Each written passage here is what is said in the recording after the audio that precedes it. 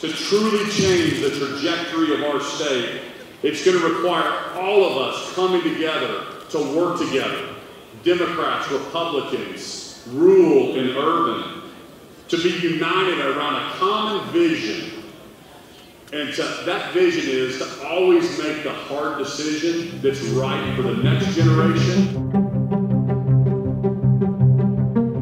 I can't do this by myself. I know I can't. So I've already started reaching out to all 101 House members and all 48 senators, even our federal delegation. I'll do things differently. I called Kendra Horn this morning and had a great conversation. I told her congratulations, and I want her to know that she's got a seat at the table. I've also be meeting with Speaker McCall and the leadership in the House and the Senate, but they are looking for leadership. They're looking for the plan and the agenda. His instincts are so good. I think it's a God-given talent, the way he can see through issues and get to the root of a problem. So I just encourage him to stay true to his instincts, but also to surround yourself with the right people. And I think that's something he's picked up along the way. But again, I keep reiterating that because this is a whole nother level. You know, I'll have a combination of a lot of outsiders and people that have from the private sector and people that are taking off from their careers for a year or two like I am, because I think that's what our forefathers envisioned. So, and then I know I'll bring in some insiders, some guys that actually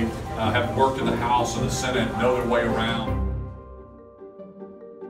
This is our 20th wedding anniversary was yesterday, okay? During the campaign trail, we get pretty busy. So I said, hey, come to Oklahoma City.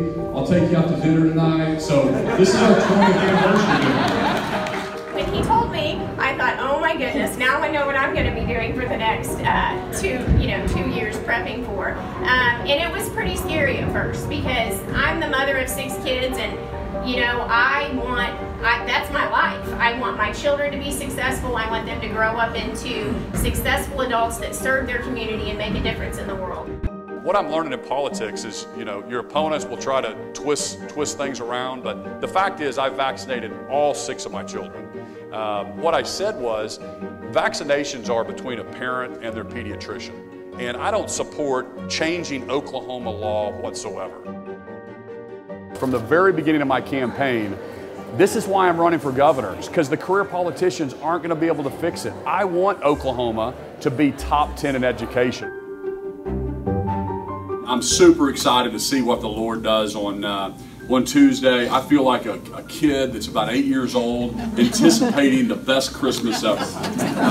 Because we have been working our tail off, and I know you guys have too. Oklahoma's turnaround is about to start. And folks, I'm going to shine a light on the darkness of politics, and it is not going to be any self-dealing. We're going to bring transparency and accountability, and I'm going to run state government like a business. So exciting to be with you. I've been to all 77 counties, meeting everybody. It feels like I've met the whole state at this point. It really does. I am now texting buddies with Toby Keith. All right, I'm like, yes, I know Toby. He's really cool. But I grew up in Norman, just down the road here. Dad was a pastor, and he was there at Riverside Church for 30 years. I did not want to go to school in the same hometown I grew up in, so I ended up going to Stillwater for college. So I went to Oklahoma State. And then moved to Tulsa. That's where I met my wife, and started our family, and then started my business. And started my company with $1,000 in a computer. When we first started Gateway, and he always says, I started it with $1,000 in a computer, I like to add a very pregnant wife with her first child, who was a little nervous about stepping out on our own. But I did have faith that he would be able to work hard and support our family. And I'll protect every industry, because I know that you guys, I'll never give an incentive for you to leave our state, right? But I also am not going to give you a special break in our state. And so I want you to know that that's what I will always be representing, what's best for all 4 million Oklahomans. When we first got married, it was a bit of a wake-up call because I realized the way his mind works is so different from me. He's always looking into the future and always looking how to better himself or those around him or our family or his business.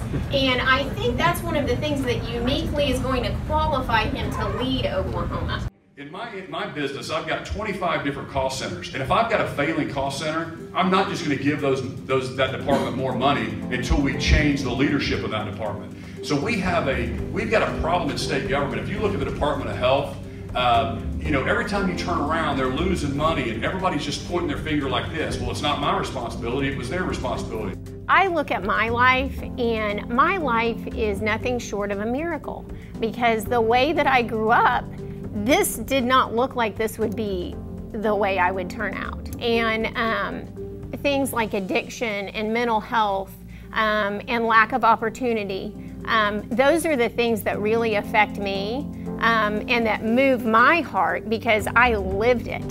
Only 30% of our prison population are the violent drug offenders. We've got to give our prosecutors the sticks they need to keep those guys in jail, but there's certainly better outcomes from the private sector and drug rehabs that we can institute that are going to be much, much better off for the people. Incarceration, so many of these things like addiction and mental health play into our high incarceration rates. And then you have foster care and you have these families broken up, all these different things that I think that's where I see me being able to make a difference. And I think a big part of why I'm excited is because I can help bring hope and maybe direction to people that are in the dark trying to figure it out for themselves.